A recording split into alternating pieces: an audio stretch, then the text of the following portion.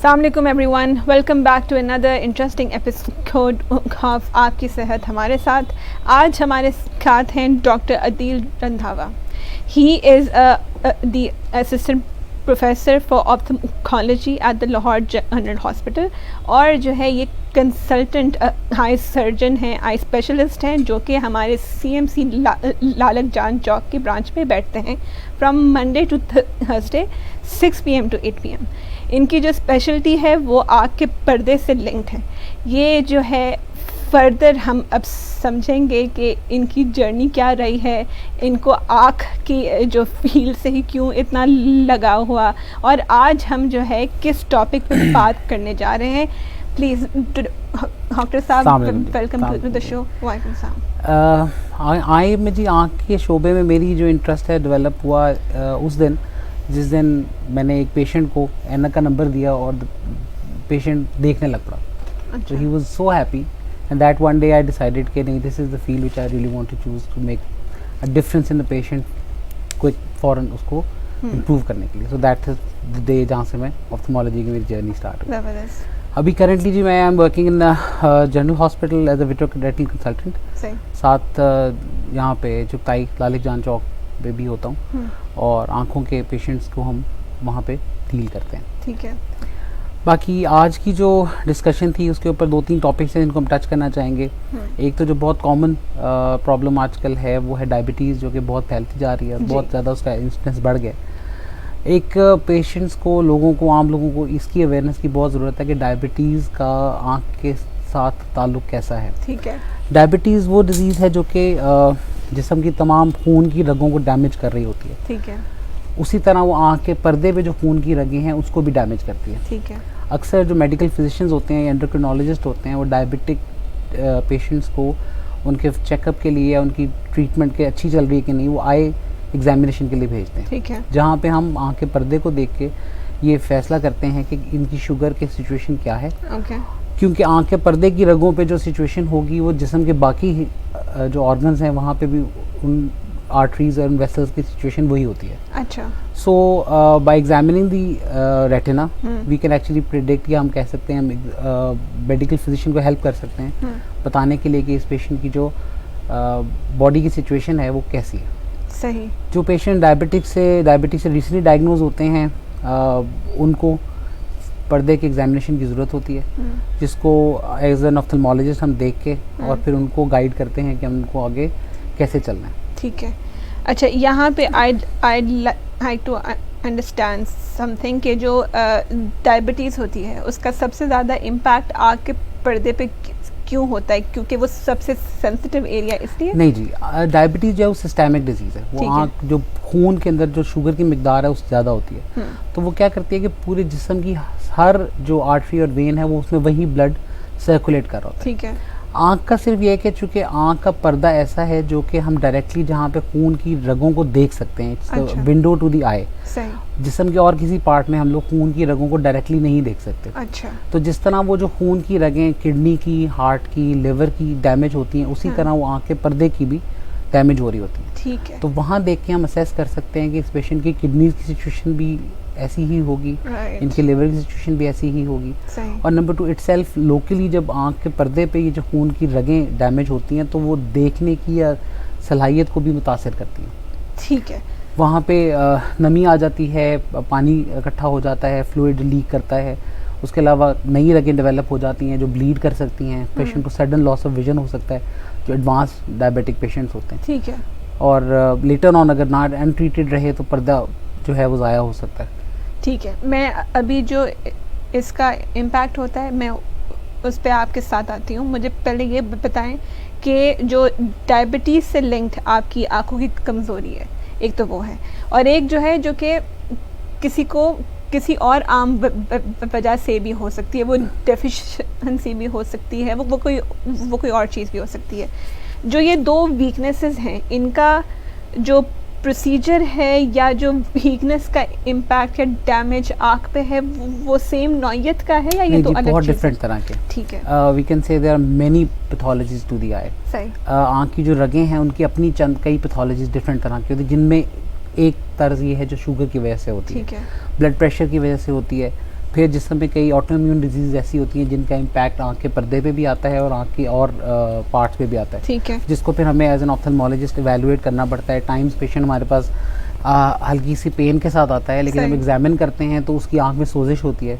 वो सोजिश की जो कॉज है वो कोई और सिस्टेमिक प्रॉब्लम होती है। ओके, फिर हम उसको इन्वेस्टिगेट करते हैं, हम फिजिशियन को, एंडोक्रिनोलॉजिस्ट को भेजते हैं, फिर वो उनको इन्वेस्टिगेट करते हैं तो कोई और सिस्टेमिक प्रॉब्लम निकल आती है। तो eye is basically I would say a window to the whole body, क्योंकि आँख का पर्दा जो है वो ब्रेन का एक पार्ट है जो प्रोट्रूड हुआ है। अच्छा, तो आँख के पर्दे को देख के हम दिमाग की कई प्रॉब्लम्स ऐसी हैं जिसके साइंस आँख के अंदर आते हैं। तो अक्सर पेशेंट्स होते हैं जो कि न्यूरोलॉजिस्ट या न्यूरोसर्जन या न्यूरोफिजिशियन जो हैं वो हमारे पास पेशेंट भेजते हैं कि इनके पर्दे का मुआयना करके आप हमें बताएंगे इनकी ब्रेन का स्टेटस कैसा है। कई दफ़ा होता है कि पेशेंट हेडेक के साथ आता है, देखते हैं हम आँख को हैं लेकिन पैथोलॉजी इसकी ब्रेन की निकल आती है। अच्छा, so it's very much linked to whole body. Eye itself लोग इसको अक्सर कहते हैं सिर्फ आँख, लेकिन आँख बेसिकली जिस्म के बहुत सारे अज़ा के साथ अटैच होती है। बिल्कुल ठीक है। इससे ही मुझे एक और सेशन का हवाला याद आ रहा है। आई थिंक हमने पिछले हफ्ते किया था स्किन पे, तो उसके ऊपर भी डॉक्टर साहिबा जो है वो यही बता रही थी कि स्किन जो है आपकी सेफ्टी में पहला स्टेप है, क्योंकि अगर अंदर कोई डिस्टर्बेंस है आपकी स्किन आपको फ़ौरन अलर्ट कर देगी कि इसको सीरियसली लो। तो वाकई यानी कि आँख के उसमें तो हम अक्सर इसमें कि जी चश्मा नहीं पहनना और चश्मा लग जाएगा, वो सूट नहीं कर रहा, या जो है हम आँख के दर्द को सर का दर्द समझते हैं, ये भी हमारा बहुत हो रहा है। तो अक्सर मैं पेशेंट्स को नहीं समझाने की कोशिश करता हूँ जो ऐनक है ना, इट्स नॉट अ डिसेबिलिटी। मतलब एट टाइम्स हमारे पास पेशेंट्स आते हैं जिनके बच्चों को ग्लासेस लगते हैं, they get really upset, specially लड़कियों के जो पेरेंट्स होते हैं। तो मैं उनको ये एग्जांपल देता हूँ कि जिस तरह आपको सर्दी लगती है तो आप जैकेट पहन लेते हैं, आपको अगर जॉगिंग करनी है तो जॉगर पहन लेते हैं, उसी तरह आपने अगर बेहतर देखना है तो उस बच्चे को ऐनक की ज़रूरत है। तो it should never be considered as a disability, it should never be considered as कि वो बच्चा किसी लिहाज से कम है। सही।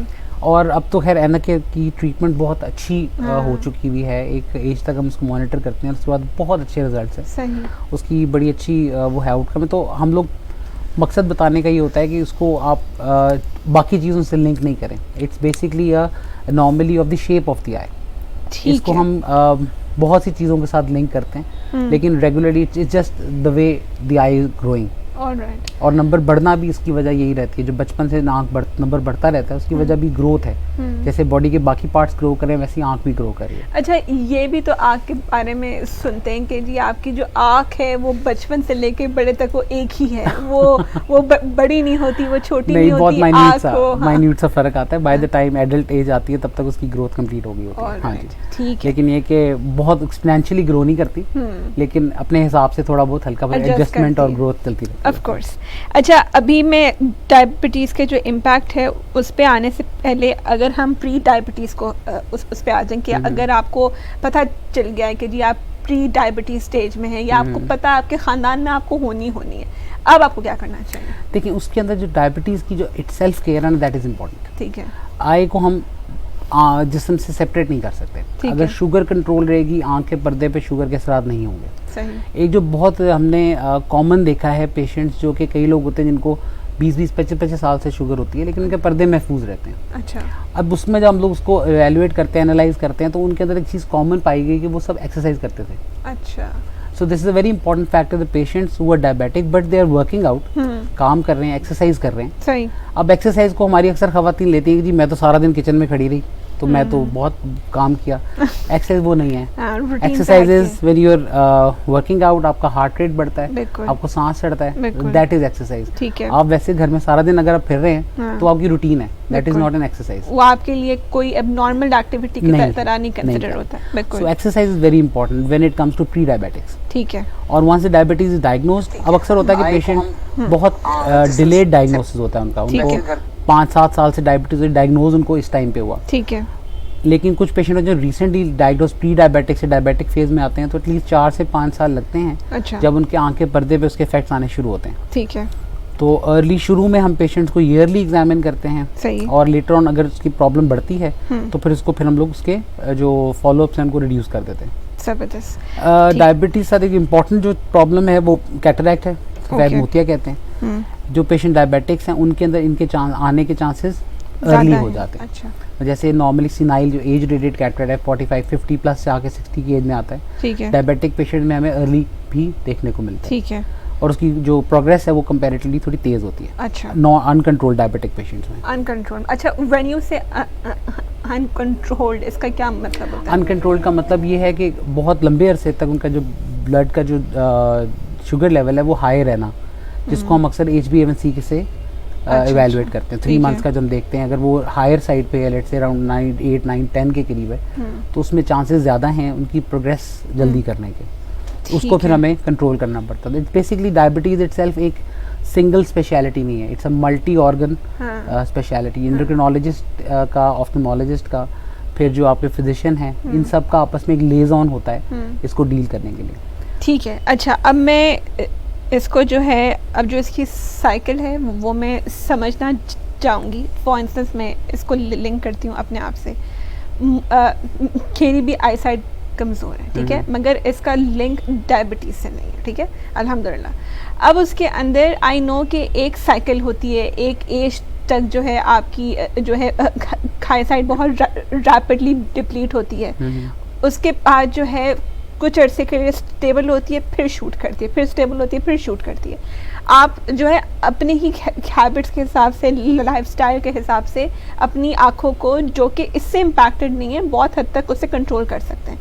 अब जो एक डायबिटिक पेशेंट है and someone who is young, late 20s early 30s, ठीक है, ये आपकी नॉर्मल एज रेंज है जहाँ पे डायबिटीज़ मैच्योर होती है आके। अब मुझे उसका साइकिल समझाएं। Someone who is taking care of himself herself, what is there eye sight going to be? देखें, आई साइट इट्स नॉट, दो तरह की आई साइट आप कंफ्यूज कर रहे हैं। एक जो ग्लासेस के नंबर की वजह से, ठीक है, वो क्या होता है, वो आँख के पर्दे पे जो रोशनी नहीं पड़ रही, हाँ, उसको हमें पहुँचाने के लिए ऐनक का नंबर लेना पड़ता है। ठीक है, वो अर्ली एज में डायग्नोज होता है। कुछ लोग होते हैं जो अर्ली डायग्नोज कर जाते हैं, कुछ लोग होते हैं 5-6 साल 7 साल की उम्र, क्लास में जाकर उनको पता लगता नजर नहीं आ रहा। हाँ, वो जो आई साइट है, जो ग्लासेस का नंबर है, that progresses by the time the patient reaches 18 to 19 years, ठीक है, तब जाके वो ऑलमोस्ट स्टेबिलिटी की तरफ आ जाता है। Yes. कुछ लोगों का 25-26 तक स्टेबल होता है, कुछ का 30 तक भी नहीं होता। हाँ, वो ऐनक का नंबर जो है वो आँख की शेप से रिलेटेड है, बिल्कुल ठीक है, डायबिटीज से रिलेटेड ठीक है। है। डायबिटीज के साथ ऐनक के नंबर का इतना ताल्लुक नहीं है सही, जितना आँख के पर्दे पे रोशनी जो पड़ती है और पर्दे ने जो उस रोशनी को परसीव करना है, हाँ, उसके ऊपर इफेक्ट आता है। अच्छा, डायबिटीज़ अगर एक पेशेंट वेल कंट्रोल्ड है, उसको अपना वर्कआउट कर रहे हैं, अपने ग्लाइसेमिक कंट्रोल अच्छा है, सही, तो it can last for 50 years plus, कोई इशू नहीं है। अच्छा, 50 साल वाले पेशेंट भी हैं जिनकी डायबिटीज़ चल रही है लेकिन उनके पर्दे कंट्रोल्ड हैं, ओके, बिकॉज उनका हाइपोग्लाइसीमिक कंट्रोल अच्छा है। सही है, कई पेशेंट हम देखते हैं जिनको पता ही नहीं होता उनको डायबिटीज़ है, उनको हाँ। सिम्टम्स आ रहे होते हैं लेकिन वो उसको इग्नोर कर रहे हैं, उनकी नॉर्मल लाइफ टाइम में उसकी इंपॉर्टेंस ही नहीं होती। ठीक है, when they present with high full blown diabetic retinopathy, कि उनको अचानक नज़र कम होती है, देखते हैं तो फुल प्रोलिफरेटिव स्टेज पे होती है। ओके, सो वो पेशेंट को अवेयर होना ज़रूरी है। सही है, सबसे पहले को डायबिटीज़ का पता होना ज़रूरी है ठीक कि मुझे है।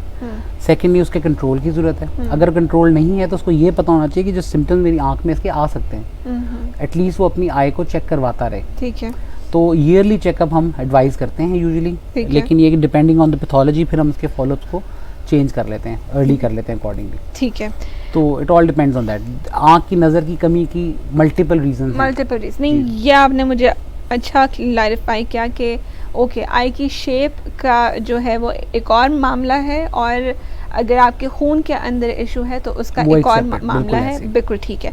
अब इसके अंदर एक तो जो है अभी आपने कुछ एक्सट्रीम केसेस का नाम लिया कि जी कैटरैक्ट हो जाता है, बिनाई ख़त्म हो जाती है, रोशनी ख़त्म हो, ये एक्सट्रीम पे आ गए ना। यानी हम हमेशा हेल्थ केयर के अंदर हम प्रमोट करते हैं कि prevention is better, prevention is better, वहाँ तक अपने आप को खींच के ना लाओ। एक तो उनमें हो जाता है हु आर 70+, वहाँ पे तो आप ये कह दें कि चलो जी एज हो गई और बहुत सी वीकनेसेस हो गई, मगर उससे पहले what are you doing so critically wrong that you are on your way to blindness? You're not taking care of your diabetes, you're not working out, you're not getting regular checkups, you're not following the doctor's advice. ठीक है, अब होता है कि patient diabetes एक दफ़ा आँख के अंदर डायबिटिक रेटिनोपैथी सेट इन कर जाए तो इट्स अ लॉन्ग प्रोसेस। ठीक है, स्टडीज़ शो करती हैं कि जब तक डायबिटीज़ और ब्लड प्रेशर कंट्रोल नहीं होगा हमारी सारी ट्रीटमेंट फेल्ड है। ठीक है, वो हम पेशेंट को बड़ा क्लियरली एक्सप्लेन करते हैं। ठीक है। Secondly it's a ongoing process, हमने देखना है, हमने उसको साथ चलना है। अगर नमी बेहतर होती है तो ठीक है, नहीं होती हमें इंजेक्शंस लगाने हैं। इंजेक्शंस वो हमारी ट्रीटमेंट के पार्ट है। ठीक है। पेशेंट को लेज़र्स की लगनी होती है आँख के पर्दे के ऊपर, उसको बिल्कुल लगे। तो अक्सर हमारे पेशेंट जो है वो कंप्लाइंट नहीं होते। वो obviously when it comes to private setup तो it is an expensive treatment, तो वो 1 2 3 4 सेशंस के बाद फिर वो they start taking it lightly. तो व्हाट हैपेंस इज कि the next time they present चीज़ें फुल ब्लोन खराब हो गई होती हैं। मतलब देयर मेनी पेशेंट्स जिनको हमने अर्ली पिक किया, अर्ली पिक करके उसको हम ट्रीटमेंट वाइज की, तो पेशेंट पहले तो ग्रास्प ही नहीं करता इस चीज़ को कि इतनी इंपॉर्टेंट चीज़ है। सही है। And later on after a while when it proliferates तो फिर अचानक वो प्रेजेंट करते हैं कि जी ये तो हम यहाँ, वो जो 5-6 महीने साल का गैप होता है ना, that makes a huge difference. Alright. तो हम लोग पेशेंट को बहुत क्लियरली ये चीज़ को एक्सप्लेन करने की कोशिश करते हैं। मतलब डायबिटिक पेशेंट्स में, रेटिनोपैथी के पेशेंट्स में हमारा मेजर टाइम उसको काउंसलिंग करने में लगता है कि आपकी हमें ट्रीटमेंट ये ऑनगोइंग चलेगी, आपको एग्जॉस्ट नहीं होना, आपको it will cost you some money some time, तो आपने इसके साथ साथ चलना है। That is very important. ठीक है। So can I safely conclude कि अगर आपको डायबिटीज़ है या आपको पता है आपको होनी है, उसका इम्पैक्ट आपकी आँख पे आना ही आना है, राइट? मतलब ये तो एक कंक्लूसिव बात है। बिल्कुल, अनकंट्रोल होगी तो आँख पे इफेक्ट आएगा। आँख पे इफेक्ट आएगा। अगर आप उसको उसकी अवेयरनेस आ जाती है, आप अपना ख्याल रख रहे हैं, इम्पैक्ट तब भी आएगा मगर बहुत हद तक डिलेड और कंट्रोल्ड होगा। अगर आप उसकी कंट्रोल अच्छा रखेंगे तो हो सकता है इम्पैक्ट आए ही ना। अच्छा, ठीक है, ये भी वो पॉसिबल। अर्ली स्टेजेस के अंदर जब डायबिटिक चेंजेस आते हैं और पेशेंट बहुत अच्छा कंट्रोल कर लेते हैं तो वो कुछ चेंजेस ऐसे हैं जो रिवर्सिबल है। सही। It goes back. अच्छा। एक लिमिट के बाद फिर रिवर्सिबिलिटी पे बात नहीं जाती, फिर स्टेबिलिटी पे रह जाती है कि हम लोग मेंटेनेंस पे हम स्टेबल रख लें इसको हम थोड़ा सा इम्प्रूव कर लें, लेकिन बैक टू नॉर्मल नहीं तो हम वर्सनिंग से रोक सकें। ठीक है। तो पेशेंट को ये इम्पॉर्टेंट पॉइंट है कि जो इरिवर्सिबल स्टेज है वहीं पे अपने आप को अगर पहुंच गए, और वहाँ पे पता लगना ज़रूरी तब है जब वो अपने आप को इस एग्जामिनेशन के लिए अवेलेबल करेगा। बिल्कुल ठीक है। ठीक है, when the patient is aware कि वो अपने आँख को चेक करेगा, अर्ली स्टेज पे पिक होगा, जब डॉक्टर को बताएगा कि अब रिवर्सिबल स्टेज है, वो अपनी चीज़ें कंट्रोल करेगा तो it can revert and it can last for a very long time. ठीक है। अब ज़रा मुझे यहाँ पे एक और चीज़ क्लैरिफाई कर दें कि अगर किसी को ग्लासेस हैं, प्रिस्क्रिप्शन ग्लासेस हैं अपनी आँख की शेप की वजह से, जिस तरह आपने कहा, अब वो बच्चा है, बच्चे की उम्र से उसको चश्मे हैं, अब वो जब 28, 30, 32 साल का होता है तो उसको डायबिटिक्स सिम्टम्स होना स्टार्ट हो जाते हैं। अब उसकी आईसाइट इसकी वजह से हैम्पर होगी और ज़्यादा। देखिए, ऐनक क्या करती है, वो रोशनी आँख के पर्दे तक पहुँचाने का टूल है। ठीक है। नॉर्मल आँख के अंदर अक्सर जैसे मुझे ग्लासेस नहीं है तो मेरी आँख नॉर्मली ही लाइट को अपने मेरे पर्दे पे फोकस कर रही है। ठीक है। आपको उस लाइट को फोकस करने के लिए ऐनक की जरूरत है। ठीक है। तो ये एक पार्ट है जो फिजिक्स है। सही है। कि रोशनी आई, वो आंख से गुजरी और पर्दे तक पहुंच गई। ठीक है। अब पर्दे में कितनी सलाहियत है उस रोशनी को असेस करके ब्रेन तक पहुंचाने की, that is related with diabetic retinopathy. ठीक है।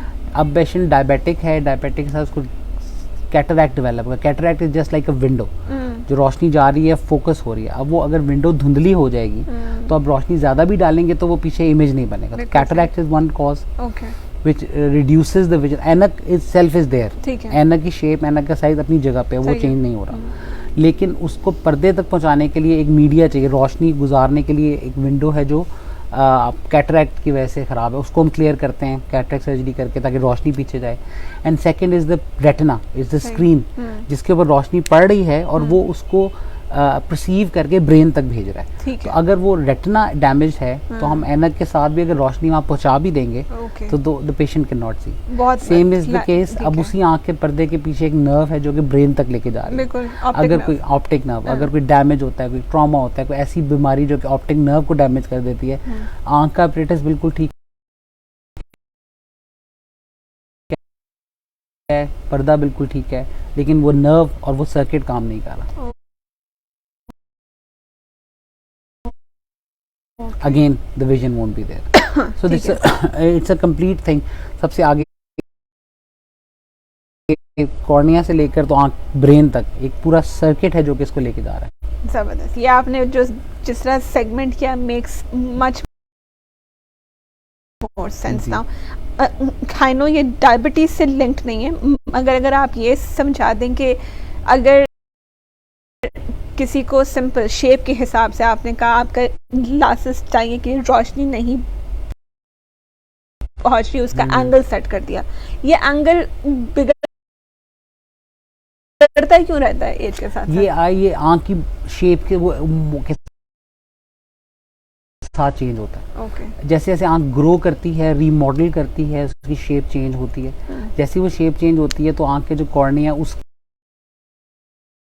अपनी डायमेंशंस चेंज होती है। ठीक है। वो रोशनी आंख के पर्दे तक पहुंच रही होती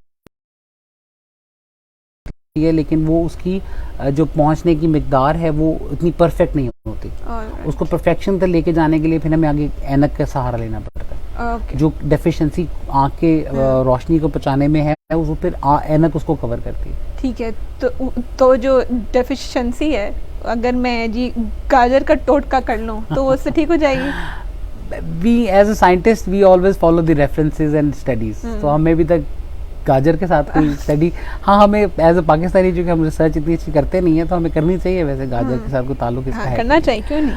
इंपॉर्टेंट चीज़ एक और मैं बताना चाहूँगा, बच्चों में जैसे जिनके ऐनक का नंबर होता है अर्ली स्टेज पे, स्पेशली जो प्लस के नंबर के बच्चे होते हैं, अगर उनको ग्लासेस का नंबर लगने में डिले हो जाए तो आँख का पर्दे की जो देखने की सलाहियत या ब्रेन की उस रोशनी की इमेज को परसीव करने की सलाहियत है वो डेवलप नहीं होती। अच्छा। इसको एम्ब्लायोपिया कहते हैं। अब एक पेशेंट बच्चा ऐसा हो जिसकी एक आंख का नंबर ना हो और एक आंख में लेट से एक नंबर मौजूद है, तो क्या होगा, इस आंख से वो देख रहा होगा, दूसरी आंख से वो नहीं देख रहा होगा, तो the brain will start accepting this image, और चूंकि सेकंड इमेज कंफ्यूजन क्रिएट करोगे तो उसको सप्रेस करना शुरू कर देगा। ये हमारे ब्रेन की क्वालिटी है। तो क्या होगा कि एक आंख का पर्दा डेवलप हो जाएगा, दूसरी आंख का पर्दा डेवलप नहीं होगा। इसको लेजी आई भी कहते हैं। अक्सर आपने सुना होगा कि जिसकी एक आंख लेजी है, वो अक्सर ऐनक के नंबर की वजह से होता है। और अगर अर्ली डिटेक्ट हो जाए, कई दफ़ा होता है बच्चों में अर्ली डिटेक्ट होता है, उनकी विजन अच्छी नहीं होती, हम ग्लासेस देते हैं, ग्लासेस दे के फिर हमको कुछ एक्सरसाइजेस कराते हैं, मतलब एक आंख जो विजन जिसमें कम है, बेहतर आंख को पैच करके उस आंख से वो बच्चा देखता है, तो वो पर्दा देखना शुरू कर देता है, दिमाग परसीव करना शुरू कर देता है। 13-14 ईयर्स तक की एज होती है जब ब्रेन बहुत अच्छा इस इमेज को परसीव करता सीख सकता है। ये एज गुजर जाए तो फिर वो बहुत मुश्किल हो जाता है। कुछ नई स्टडीज़ कह रही हैं कि यंगर पेशेंट में या ओल्डर पेशेंट में भी आती है ये चीज़ वापस, लेकिन अर्ली एज में इसका जो रिजल्ट है बहुत अच्छा है। तो बच्चों में जिनके पेरेंट्स की ग्लासेस का नंबर है, स्पेशली उनका जिनके नंबर डिफरेंट हैं पेरेंट्स में से, मतलब एक आंख का फ़र्क है, एक आंख का ज़्यादा फ़र्क है, उनको अपने बच्चों को एक दफ़ा तो क्लोजली ऑब्जर्व करना चाहिए, और नंबर 2 ये कि उनको अर्ली एक चेकअप करवाना ज़रूरी है। तो अगर ये चीज़ है तो अर्ली पिकअप हो जाए। और हम ये भी तो सुनते हैं बहुत कि चश्मा लगाने से आई साइट और ख़राब होगी। अभी जो है इसी में अपने आप को यूज टू कर लो, और जो है अगर लगाओगे तो ये तो बिगड़ती रहेगी। देखिए टेक्निकली जब हम बात करते हैं साइंटिफिकली, तो इसका ऐसा कोई प्रूफ नहीं है कि ऐनक नहीं लगाएगा तो नंबर बढ़ जाएगा। हाँ, पर्दा देखना नहीं सीखेगा, दैट इज़ वन पार्ट, लेकिन ऐनक का नंबर बढ़ेगा वो एक अपनी उसका प्रोसेस फ़र्क है। सही है। अच्छा, अक्सर पेशेंट होता है, बच्चे होते हैं कि वो आके पेरेंट्स चेक करवाने आते हैं तो ऐनक का नंबर लगता है, तो पेरेंट बड़े खफा होते हैं कि तुम देखते थे ना टीवी सामने बैठ के तो नंबर लग गया। अच्छा, इसका ऑन द कॉन्ट्ररी मकसद ये है कि अब पेशेंट बच्चे को नज़र नहीं आ रहा तो वो टीवी करीब से देख रहा था, लेकिन पेरेंट परसीव करते हैं कि और तुम करीब से देखो। हमें तो अक्सर पेशेंट तो माँ बाप लगा भी देते हैं पेशेंट को क्लिनिक पे, इतने गुस्से में आए थे, तो वो उसको हम लोगों को क्या नाम है बताना पड़ता है कि नहीं वो टीवी के करीब इसलिए देख रहा था कि उसको दूर से नज़र नहीं आ रहा था।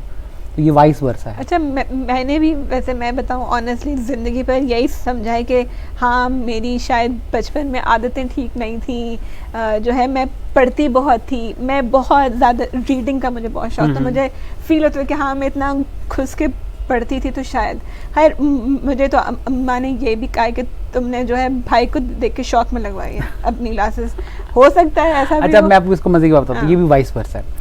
जो माइनस का नंबर होता है ना, जैसे आपका है, आप फार के लिए यूज करते हैं ना, दिस इज नियर साइटेडनेस, कि आप दूर नहीं देख सकती, करीब का पढ़ सकती हैं। अच्छा, इसमें वाइस वर्सा, कुछ लोग कहते हैं कि जी वो करीब से ज्यादा पढ़ता था तो ऐनक लग गई। ऑन द कॉन्ट्ररी, आपको दूर नजर नहीं आता था तो करीब में आप ज्यादा इंटरेस्टेड थे, तो that's why you are more into reading. अक्सर लेकिन देखने में आया, जो स्टडीज़ शो करती हैं कि जो पेशेंट जो नियर वर्क ज़्यादा करते हैं, जैसे हाफिज़ जो बच्चे होते हैं, तलबा होते हैं जो हिफ्ज़ कर रहे होते हैं, उन्हें बहुत ज़्यादा रीड करना होता है, उनके अंदर भी नंबर आ जाता है। सही है। It's because of the over competition, इसका एक सेपरेट मैकेनिज्म है पूरा। लेकिन नियर साइटेड बच्चे आप देखें तो वो अपनी क्लास में या कह लें स्पोर्ट्स वाले कामों में इतने इंटरेस्टेड नहीं होंगे जितने वो नियर वर्क में इंटरेस्टेड होंगे। इसकी वजह ये होगी कि उनको करीब का नज़र ज़्यादा बेहतर आता है, दूर को वो रिस्पॉन्ड नहीं करते, तो they are more interested in कि वो करीब के काम करें, रीडिंग करें, तो ये भी एक उसका इम्पैक्ट है। अच्छा, इसकी भी अपनी यानी कि एक साइकोलॉजी लिंक्ड है इसके साथ।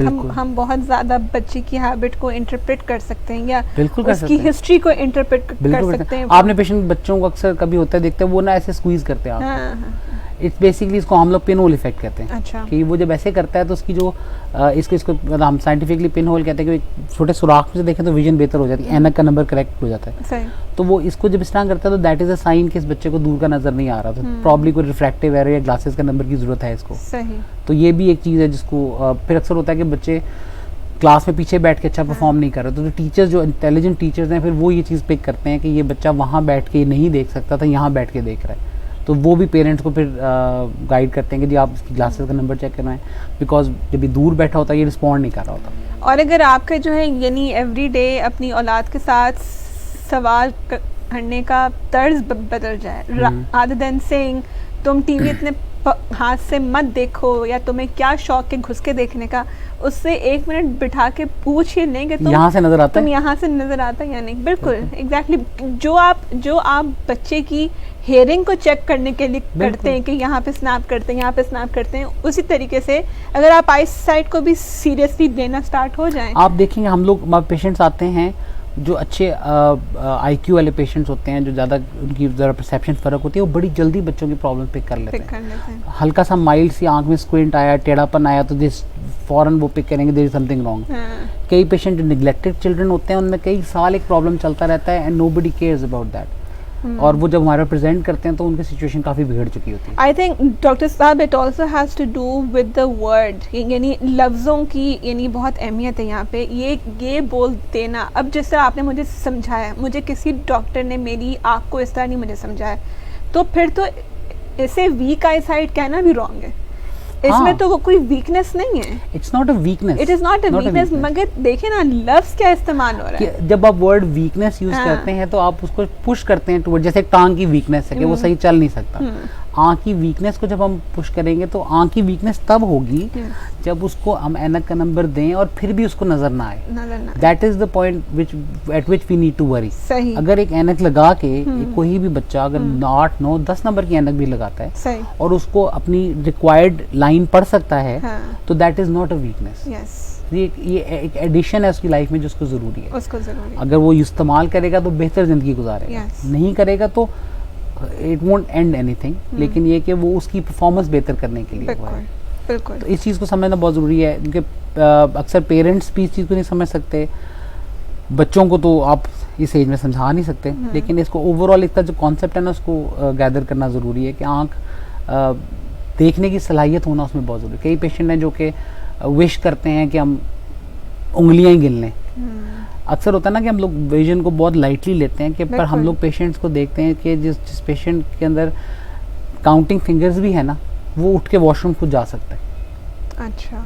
मतलब एक पेशेंट बच्चा इंसान है जो ओल्ड एज है, अगर सिर्फ उंगलियां गिन सकता है ना, इतनी कम विजन है, तो उसका मतलब है वो वॉशरूम तक खुद जा सकता है। और as an old patient being able to go to the washroom on your own is a big blessing. हमारे पास पेशेंट्स आते हैं जो कि इस बात का शुक्र अदा कर रहे होते हैं कि वो कम से कम बिस्तर से उठ के बाथरूम खुद जा सकते हैं। और विजन इटसेल्फ मतलब ज़िंदगी बदल जाती है। कई पेशेंट हैं जिनको अगर कुछ आना डायबिटीज़ हेमरेज हो गया, आँख में नज़र आना कम हो गया, पेशेंट गेट डिप्रेस्ड, पेशेंट्स की बॉडी लैंग्वेज चेंज होती है उनकी। मतलब हमारे पास पेशेंट आते हैं को नज़र नहीं आ रहा होता, उनकी दाढ़ी बड़ी हुई है, उनके कपड़े अच्छे नहीं हैं, उनके बाल ख़राब हैं, वो डिप्रेस्ड है। The moment they start seeing, वो फॉलो अप पे आते हैं, वो अच्छे तैयार होके अच्छी तरह स्माइलिंग फेस आते हैं, तो इट चेंजेस देयर लाइफ।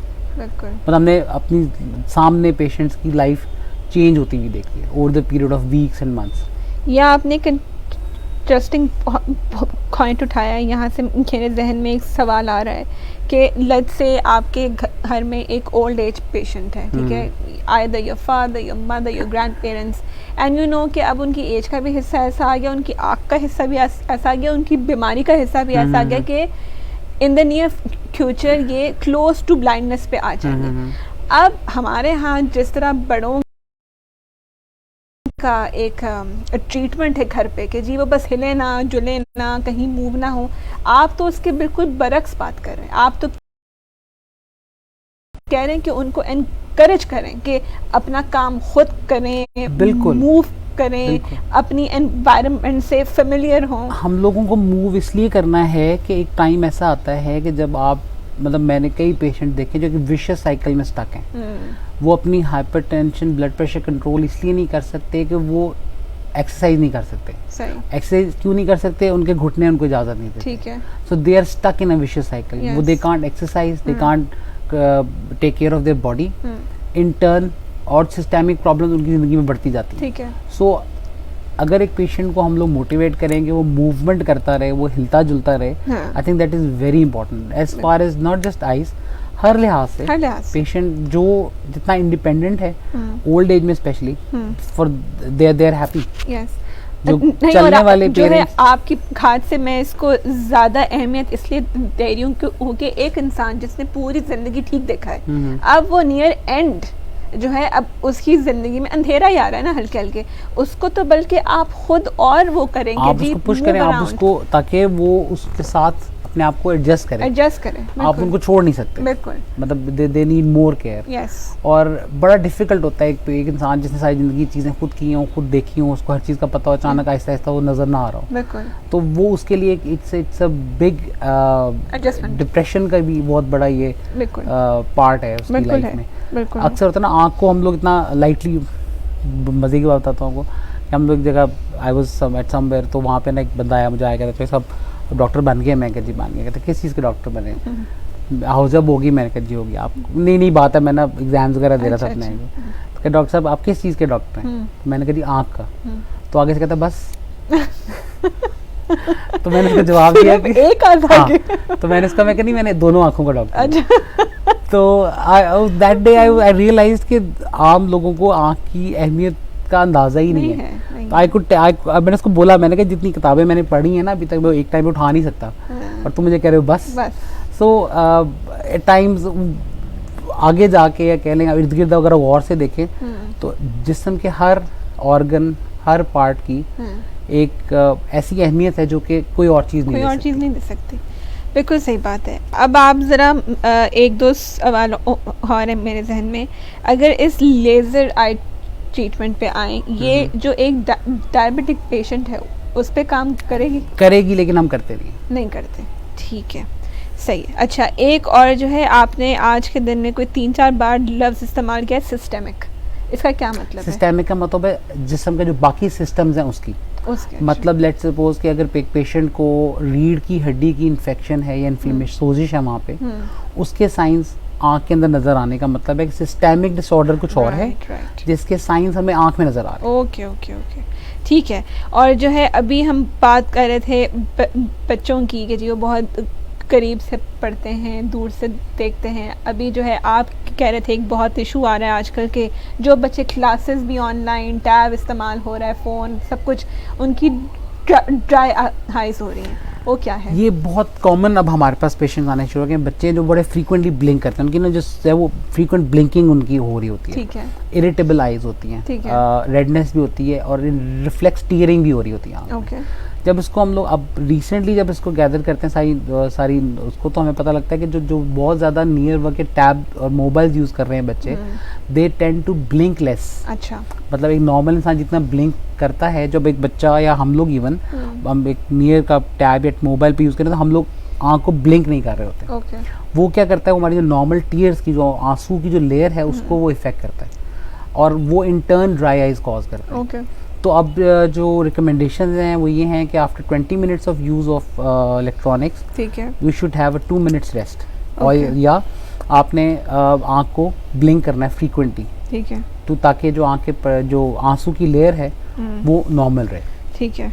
नहीं, और जो आपकी ये खात है ना, मैं ये उस दिन भी पढ़ रही थी कि ये वाला इशू हमारे और भी बहुत से उसमें है, we aren't even breathing right. हम बिल्कुल। जो है अक्सर सांस रोक के बैठे होते हैं, हमें नहीं पता ही पता नहीं होता, राइट। तो ये जो आर्टिफिशियल गैजेट्स या ज़िंदगी के अंदर जो हमें लगता है बहुत हमारी हेल्प हो रही है, बहुत वक्त सेव हो रहा है, हर चीज़ बहुत फास्ट हो रही है, हमारे जो एक नॉर्मल बिहेवियर में उस दिन भी न्यूट्रिशनिस्ट से बात कर रही थी, तो वो जब मुझे बता रही थी कि नॉर्मल ये होता है, एब नॉर्मल ये होता है, नॉर्मल ये होता है, तो मैंने उनको वहाँ रोक के कहा कि नॉर्मल क्या होता है, हमारे तो अभी वही स्टैंडर्ड नहीं है, डेफिनेशन चेंज हो गई, डेफिनेशन चेंज हो गई हैं। There was a time when जब नई नई किताबें आई थी तो लोग बहुत ज़्यादा किताबें पढ़ते थे, तो उस टाइम के लोग कहते थे कि किताबें पढ़ना एक नॉर्मेलिटी है, everybody is so much stuck with books कि वो आप नॉर्मल इंटरेक्शन नहीं कर रहे हैं।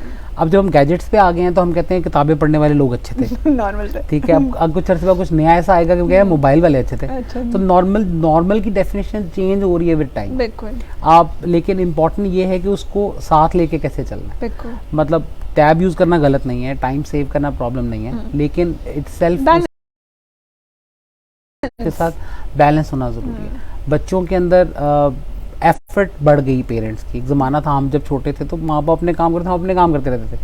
अब बच्चों को आपको कॉन्स्टेंटली मॉनिटर करना पड़ता है कि वो कितनी देर टैब यूज़ करें, उनकी ज़िंदगी में एक्टिविटीज़ ऐड करनी पड़ती हैं। पुराने ज़माने के बच्चों के लिए ज़रूरत नहीं होती थी, वो खुद ही सब कुछ कर रहे होते थे, भाग रहे दौड़ रहे होते थे।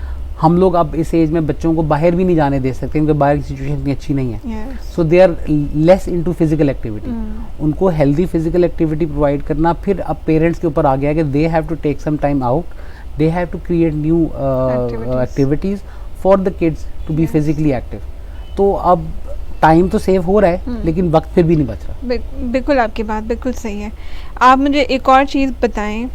हाँ जी, हमारे पास एक सवाल है कि जी अच्छी आईसाइट के लिए कोई अच्छी एक्सरसाइज बताएं। अब सवाल को आप खुद ही फिल्टर करके और ज़रा ठीक से बताएं कि ये सवाल होना क्या चाहिए था, उसका आंसर क्या है। देखिए, आईसाइट को बेहतर, हमारी डेफिनेशन ना आईसाइट कितनी है।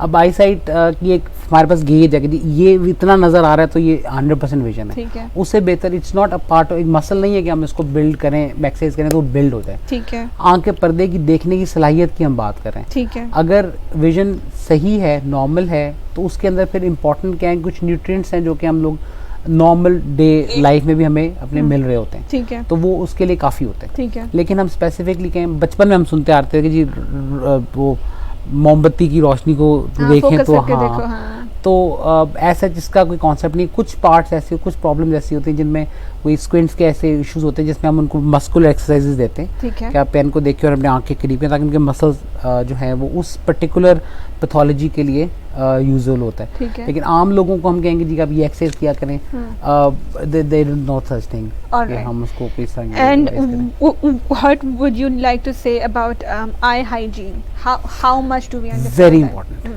आई हाइजीन जो है वो हमारे पास बहुत पेशेंट प्रेजेंट कर रहे हैं इस टाइम पे, जो कि इन्वायरमेंटल फैक्टर्स ऐसे हैं, जो डस्ट के साथ बहुत बड़ा एक्सपोजर है, जो बहुत आउटडोर एक्टिविटीज़ कर रहे होते हैं, उनकी आँख की जो लैशेज हैं, उनके रूट्स के अंदर जो है ना ये डस्ट वगैरह पार्टिकल्स होते हैं। अच्छा। वो इंटर्न वहाँ की इन्फेक्शंस करते हैं। ठीक है। और वो प्रेजेंट कर रहे होते हैं ऐसे कि जी सुबह उठने आँख ग्रिटी होती है, आँख से डिस्चार्ज आता है, आँख में खारिश रहती है, पलकें झड़ती हैं। सही। तो ये सारी इन्वायरमेंटल फैक्टर्स का बहुत ज़्यादा इसकी वो है। इम्पॉर्टेंट ये है कि one should keep on washing दिया। अगर आँख नॉर्मल है और वो उसकी क्या नाम है, उसमें कोई पैथोलॉजी नहीं है, तो पानी, साफ़ पानी से आँख को वॉश करना इज़ वेरी गुड। ठीक है। एक जो पर्टिकुलर चीज़ मैं बताना चाहूँगा जो हम बहुत यूज़ करते हैं, जो गुलाब का अर्क यूज़ करते हैं। वो रोज़ वाटर तो सीधा डालो। We don't recommend rose water. अच्छा। ये तो आपने अम्मियों को चैलेंज कर दिया मुझे। देखिए, उसकी साइंटिफिक रीजंस हैं। कई पेशेंट आते हैं जनाब, अब ग्लूकोमा के साथ, काले मोतिये के साथ आ गया, उसकी विजन उड़ी पड़ी है, कुछ नज़र नहीं आ रहा उसको। अच्छा जी, हिस्ट्री लेते हैं तो पता लगता है कि वो रोज़ वाटर बड़ा फ्रीक्वेंटली यूज़ करता था। अच्छा। देयर आर इंस्टेंसेस जिसमें रोज़ वाटर में स्टीरॉइड्स की मिकदार मौजूद थी। स्टीरॉइड्स क्या करता है, वो क्विक एक्टिंग होता है। वो दिया आँख में जो हल्की फुल्की इन्फ्लेमेशन थी सेटल हो गई, पेशेंट ने यूज़ ही करना शुरू कर दिया। Over use of steroids causes काला मोतिया, उसको ग्लूकोमा कहते हैं। It's damage is in nerve, and over the period of time the patient doesn't realise कि ऑप्टिक नर्व जो है वो ग्लूकोमा की वजह से फारिग हो चुकी है। नंबर 2 जो होते हैं रोज़ वाटर है, जो मोस्टली मिलते हैं, they are not sterile. Sterile मतलब वो जरासीम से पाक नहीं होते। अच्छा हम जो आई ड्रॉप्स देते हैं वो प्रॉपर स्टेरलाइज्ड और उसकी पूरा प्रोसेसिंग होती है। ठीक है। आम जो स्टोरों पे जो मिल रहे हैं रोज़ वाटर वो स्टेरलाइज नहीं होते, तो आप की उसकी स्टेरिलिटी की कोई गारंटी नहीं है, तो आप इंटर्न अपनी आँख के अंदर एक्सपोज खुद भी कर सकते हैं। तो as an ophthalmologist we are not very big fan of rose water. ये मैं भी आपसे पूछने वाली थी, ये जो आई ड्रॉप्स होते हैं जिससे पता नहीं सो टू से कि आँख एकदम सफ़ेद हो जाती है, एकदम ब्राइट हो जाती है, what is that and is that basically what happens is कि उसके अंदर कुछ मेडिसिन ऐसी होती हैं जो कि आँख की जो खून की रगें होती हैं ना उनको कंस्ट्रिक्ट कर देती हैं। वेसल जो आँख की लाली होती है ना उसकी वजह होती है कि जो आँख के अंदर बड़ी फाइन ब्लड वेसल्स हैं वो डायलेट कर जाती है, तो आँख पिंक या रेड होनी शुरू हो जाती है। क्यों होना शुरू हो जाती है? इन्फ्लेमेशन हो सकती है, कोई चोट लग सकती है, आँख के अंदर कोई सोजिश है उस वजह से हो सकता है, मल्टीपल कॉजेज हैं जिसमें इन्वायरमेंटल फैक्टर्स ऐसे हैं जिस वजह से आँखें जो ब्लड वेसल्स हैं वो डायलेट हो जाती हैं। वो ड्रॉप्स क्या करते हैं कि वो आँख की जो खून की रगें इनको सुकेड़ देते हैं, तो वो थिन हो जाती हैं, तो जो नॉर्मल वाइट पार्ट है वो नज़र आना शुरू होता है। ठीक है, अच्छा let me just go through the things we had discussed before. अच्छा एक आप जो है वो बता दें, अच्छा आपने कहा कि जो है सिंपल वाटर, मतलब कि जिनको नॉर्मली दिन में 5 बार वज़ू की आदत है वो अपनी हाइजीन मेंटेन कर रहे हैं, और अगर नहीं है या आप वो नहीं करते तो आँखों को सिंपली बस जो है हल्के मार के और साफ रखें। कोई हर्ज नहीं है इसमें, कोई हर्ज नहीं है, बिल्कुल ठीक है। तो ये बट प्रोवाइडेड के पानी साफ हो, पानी साफ ऑफ कोर्स, तो जो है ये हाइजीन का मैक्सिमम यानी ये हिस्सा है। हाँ, मतलब नॉर्मल रूटीन में आप इसको ऐसे कंटिन्यू कर सकते हैं, इसको इस तरह करें। Even if you do makeup and you are cleaning your eyes, just आपका मेकअप की क्वालिटी अच्छी होनी चाहिए। ठीक है। हम बहुत पेशेंट ऐसे देखते हैं जो अचानक आते हैं एलर्जी के साथ, आँख स्वेल करी हुई है, बिल्कुल उसके लिड्स स्वोलन है, सब स्टैंडर्ड मेकअप की वजह से हो गया, या एक मेकअप है जो बड़ा पुराना पड़ा हुआ है उसको से एलर्जी होगी, तो मेकअप यूज़ करना is not a problem, but makeup should be good enough जो आपकी आँख को हर्ट ना करे, और अगर आप यूज़ कर रहे हैं तो उसको आप रिमूव करें प्रॉपर्ली। ठीक है। Same is the case with contact lenses. Contact lenses पहनना is not a problem, contact lenses का ख्याल रखना ज़्यादा प्रॉब्लम। ठीक है। Contact lenses itself is a very good way of keeping yourself away from glasses, लेकिन कॉन्टैक्ट लेंस इन टर्न अगर अच्छी तरह ध्यान ना रखा गया हो तो दे कैन बी डेविस्टेटिंग। ठीक है। तो कॉन्टैक्ट लेंसेज हम जब भी एडवाइस करते हैं तो पेशेंट पे होता है कि the patient wants to use them, we never say कि जी आप कॉन्टैक्ट लेंस यूज़ करें। Gold standard is glasses. अगर वो कॉन्टैक्ट लेंस यूज़ करना चाहता है तो फिर हम उनको एडवाइस करते हैं, लेकिन फिर उनको साथ बताते हैं कि इसकी आपने एहतियात किस तरह रखनी है। तो they are it's very important to take care of contact lenses. हाँ जी, कॉन्टैक्ट के ऊपर तो आई थिंक जो आपकी हाइजीन है वो तो ए फैक्टर है, बिकॉज बिल्कुल, और क्योंकि और इसके ऊपर हर डॉक्टर का आई थिंक अपना एक मशवरा भी होता है, मगर जिस तरह हमने एक बार लेंसेज के ऊपर एक सेशन किया, that doctor was against it. She was like you are hatching your eyes over and over again, आपको क्या पता है आपका हाथ कहाँ लगा है, आपकी उंगली पे क्या है, ऐसी भी क्या आफत है कि उठा के आपने जो है आँख में डाली। Long term contact lens wearer's होते हैं ना, तो आप उनसे पूछें तो कभी ना कभी उनकी आँख में कुछ सेटबैक हुआ होता है कॉन्टैक्ट लेंस की। बिल्कुल हुआ होता है। बहुत क्रॉनिक वेयरर्स क्या होते हैं कि आँख एक पॉइंट आता है कि आँख जो है इटसेल्फ कॉन्टैक्ट लेंस को फॉरेन बॉडी कंसिडर करना शुरू कर देती है, and allergies start to grow against the contact lens. तो क्रॉनिक कॉन्टैक्ट लेंस वेयरर्स की हमें आँख जब एग्जामिन करते हैं तो हमें अंदाजा होता है कि ये बहुत पुराना कॉन्टैक्ट लेंस वेयर है। लेकिन कॉन्टैक्ट लेंस इटसेल्फ अच्छी चीज़ है, तो हम बिल्कुल ये नहीं कहते इसमें, लेकिन it's a temporary thing, not to be worn all the time. फिर अब तो एक्सटेंडेड वेयर आ गए जी कि आप 24 घंटे पहन सकते हैं, वो हम कभी भी नहीं करते, चक्कर ही कोई नहीं। जो patients soft contact lenses extended wear भी हैं वो हम उनको भी वो भी डेली वेयर पे एडवाइस करते हैं कि आपने शाम को उतार देना है, आप पहन के सोएंगे नहीं इसको। ओह अच्छा, हाँ बिल्कुल बिल्कुल। अब बस जो है आखिर में अगर आप जो है, क्योंकि हमने बच्चों का भी एक टॉपिक उठाया और वो एक अहम है, क्योंकि एज आई अंडरस्टैंड के अगर अगेन लफ्ज़ों का प्ले यहाँ पे बहुत है कि अगर चश्मे का फंक्शन सिर्फ मेरी आँख की शेप को सपोर्ट करना है, फिर तो जितनी जल्दी हो सके उसको इंट्रोड्यूस किया जाए। तो अगर आप जो है इस टाइम बहुत से वालिदैन आपको देख रहे होंगे, बहुत सी माएँ आपको देख रही होंगी, उन्हें आप कुछ रिकमेंडेशंस दें कि वो अपने बच्चे के बिहेवियर को या तो ख़ुद जज कर सकें या उनसे ऐसी एक्टिविटीज़ करवाएं जहाँ पे उनको क्लैरिटी हो, एवरीडे अवेयरनेस क्या हो अपनी औलाद के। देखिए आपने बच्चों से ये उन पे गौर करना है कि वो उनकी एक्टिविटीज़ क्या हैं। अगर वो टीवी देख रहे हैं तो उसका पैटर्न क्या है, क्या वो करीब से देखना चाहते हैं। अगर वो कुछ चीज़ रीड कर रहे हैं तो क्या वो करीब से देख के पढ़ते हैं। ब्लिंक फ्रीक्वेंट कर रहे हैं, आँख को स्क्वीज़ करके देख रहे हैं। दूर से आप उसको कोई इशारा करते हैं तो वो उसको कॉम्प्रीहेंड, अक्सर होता है कि हम ये नहीं देख रहे होते कि शायद इसको नज़र नहीं आ रहा। हम ये कंसिडर करने में ज़्यादा जल्दी करते हैं कि बच्चा बड़ा बदतमीज है कि वो मेरी बात नहीं सुन रहा, लेकिन nobody focus on the fact कि मे बी उसको नज़र ही ना आ रहा हो। ये तो कोई नहीं सोचता। जब हम आवाज़ दें वो आपकी बात नहीं सुन रहा, मे बी उसको सुनाई ना दे रहा हो। तो इन चीज़ों के ऊपर भी आपने ना कहते हैं ना the other side of the picture को भी थोड़ा सा ऑब्जर्व करना है। पेरेंट्स से ज़्यादा बच्चों को ऑब्जर्व कोई नहीं कर सकता, उनकी माइन्यूट सी चेंजेस को वो फील करते हैं। तो पेरेंट्स ही होते हैं जो कि लेके आते हैं कि जी देयर इज समथिंग रॉन्ग, आप इसकी आंखें चेक करें। ठीक है। और जब उनको आप सी देख रहे होते हैं कि पेरेंट्स के कॉन्फिडेंस ऐसा होता है कि जी इसको देखें ऐनक तो नहीं है, वो होती है, because they are the ones who have actually picked it up. तो आई वुड रियली एडवाइज कि बच्चे इटसेल्फ खुद तो ये नहीं करेंगे, लेकिन पेरेंट्स को बड़ा एक्टिव होना पड़ेगा इन बच्चों को इन चीज़ों को असेस करने के लिए। स्क्विंट अगर आ गया है, आँख का आपको नज़र आ रहा है कि टेढ़ापन महसूस हो रहा है, तो it should be checked as early as possible. अगर बच्चा जो है वो क्लास में अच्छा रिस्पॉन्ड नहीं कर रहा, फ्रीक्वेंट ब्लिंकिंग हो रही है, मतलब इस तरह की इश्यूज हैं, तो it should be addressed as early as possible, ताकि अगर कुछ ना भी हो तो क्लियर हो जाए, कुछ है तो वो पकड़ा जाए। ज़बरदस्त ज़बरदस्त। आपसे आज बात करके मेरे जहन में और बहुत से ऐसे टॉपिक्स आ गए जिसके ऊपर जो है इंडिपेंडेंट सेशंस हो सकते हैं। बट आई थिंक एक तो जो है eye psychology, what it does to your behaviour, इसके ऊपर तो हम एक बिल्कुल सेपरेट वो रखेंगे।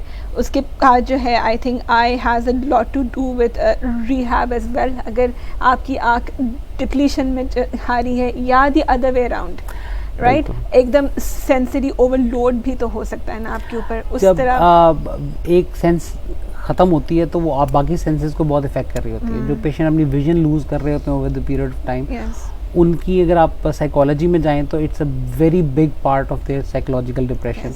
उन पेशेंट का मतलब मैंने पर्सनली एक्सपीरियंस किया है अपने घर में, अपनी फैमिली में, कि जब ओल्ड एज पेशेंट्स को कोई प्रॉब्लम होती है, नज़र आना कम हो जाता है, तो आप उनको अंदाज़ा नहीं कर सकते वो कितने डिप्रेस्ड होते हैं। तो depression it does make a lot of impact on the patient, so it should be addressed. We will. बड़ों को should address to the patients, बच्चों को और जो बच्चे हैं उनको अपने पेरेंट्स की तरफ देखना पड़ेगा इस चीज़ को असेस करके अर्ली ट्रीट करने के लिए। बिल्कुल ऐसा ही है। और जिस तरह आपने आज जो है आँख के हर सेगमेंट का मतलब फंक्शन समझाया, इसके ऊपर तो एक मतलब शॉर्ट प्रोग्राम बन सकता है। इंशाल्लाह हम आपके साथ मिलकर कुछ वो भी बनाएंगे, क्योंकि हम स्कूल अवेयरनेस को बहुत टारगेट करते हैं। तो अगर हमारे स्कूल्स के अंदर बच्चे ही ये समझ जाएं कि अच्छा ग्लासेस का फंक्शन ये है और ऑप्टिक नर्व का फंक्शन ये है और पर्दे का फंक्शन ये है, टीचर्स को अवेयरनेस हो जाए, हमारे बहुत से इस तरह के मिसकंसेप्शंस हैं जो अलोंग द वे हैंडल हो सकते हैं। मैं आपको बता रही हूँ ज़िंदगी हो गई चश्मे पहनते हुए, मगर ये क्लैरिटी कभी भी नहीं थी जहन में कि अच्छा इसका फंक्शन क्या है, इसका रोल क्या है। वो जो है ना वीक, बस मेरा जहन वहीं अटक गया था कि बस वीक है, अच्छा ठीक है, डेफिशिएंसी है, ये चीज़ नहीं है जहन में। तो जिस तरह जो है आपने बहुत अच्छा एक्सप्लेन किया कि अगर आपको जो है जोड़ों का मसला या जो कुछ भी है वो वीकनेस है, क्योंकि उसके अंदर एक चीज़ की अब डिसेबिलिटी होगी ना, आप वो काम नहीं कर सकते। अब आप वो काम नहीं कर सकते। एनक पहन के आप सब कुछ कर सकते हैं। आप सब कुछ कर सकते हैं, आप पायलट भी बन सकते हैं, कोई इशू नहीं है। यानी अब तो हो गया। हाँ, अब हो गया। अगेन लाइक वो जब तक स्टिग्मा क्लैरिफाई नहीं हुआ वो तब तक वो ज़्यादा भी नहीं दिया। बिल्कुल ऐसे ही। ठीक है जी डॉक्टर अदील, बहुत अच्छा सेशन था। इंशाल्लाह हम फ्यूचर में भी आपके साथ और बहुत कुछ प्लान करेंगे। Thank you so much for joining in. अगर आपके और कोई सवाल हैं तो प्लीज़ आप लिखते रहें, हम उनको आंसर करते रहेंगे। अंटिल नेक्स्ट टाइम, अल्लाह हाफिज़। पाकिस्तान जिंदाबाद। Thank you.